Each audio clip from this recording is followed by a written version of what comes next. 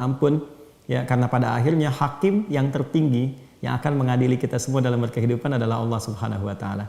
Dengan kebeningan niat kita untuk kembali kepada Allah, beristighfar, mengoreksi diri, boleh jadi itu yang sampai niatnya kepada Allah, dan dengan itu muncul peluang untuk diampuni dosa-dosa kita oleh Allah Subhanahu wa taala, yang dengan itu menggugurkan hubungan-hubungan yang kurang baik antara kita dengan orang yang telah wafat.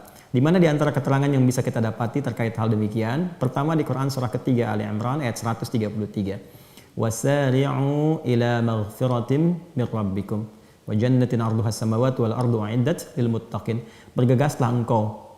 Untuk apa? Untuk mengoreksi diri, kata Al-Quran, introspeksi diri, mohon ampunan kepada Allah Subhanahu wa taala. Boleh jadi dalam berkehidupan pasti banyak salah yang dilakukan.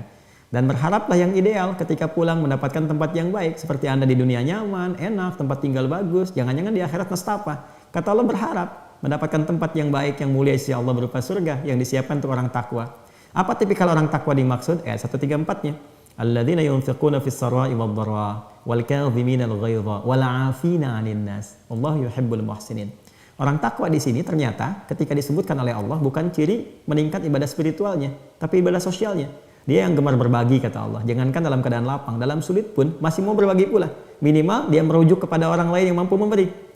Dan dia mampu menahan amarah. Itu hebat sekali tuh. Lalu mampu memaafkan orang lain. Sifat memaafkan, ya, dan berusaha untuk meminta maaf, itu tinggi sekali nilainya di hadapan Allah Subhanahu wa taala. Itu orang lapang, mampu memaafkan kan lapang. Menerima maaf juga lapang, meminta maaf juga lebih lapang. Karena itu diluaskan oleh Allah tempat pulangnya dengan surga yang seluas langit dan bumi, lebih luas dibandingkan lapangan. Itu lapang. Karena itu apa yang harus dilakukan kalau orangnya sudah tidak ada dalam kehidupan kita saat ini? Maka kembalikan kepada Allah, minta ampunan kepada Allah, ya, minta permaafan pada Allah Subhanahu wa taala. Kalau ada ahli warisnya, kunjungi, kan? Kemudian bangun silaturahim, ya, hadir kita di sekitarannya. Sampaikan secara umum, mohon maaf Bapak Ibu sekalian, keluargaku, kalau dalam berkehidupan saya dengan almarhum atau almarhumah ada sesuatu yang kurang baik, mohon dimaafkan dari keluarga ahli warisnya. Kemudian perhatikan, mungkin meninggalkan ahli waris, anaknya misalnya atau siapapun, kan?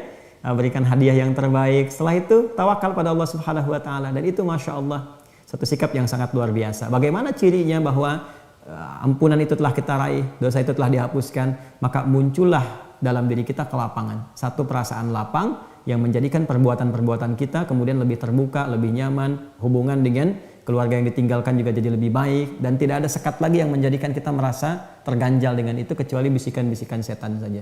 Kurang lebih demikian yang bisa dilakukan. Ada juga perbuatan para ulama yang melampaui apa yang kadang-kadang bisa kita lakukan.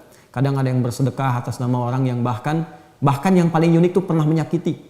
Ya, kalau ada kita disakiti oleh orang lain misalnya kan, itu kan nggak normal tuh. Ya, kalau kita menyakiti orang kemudian kita bersedekah atas nama dia karena dia meninggal, wah itu biasa.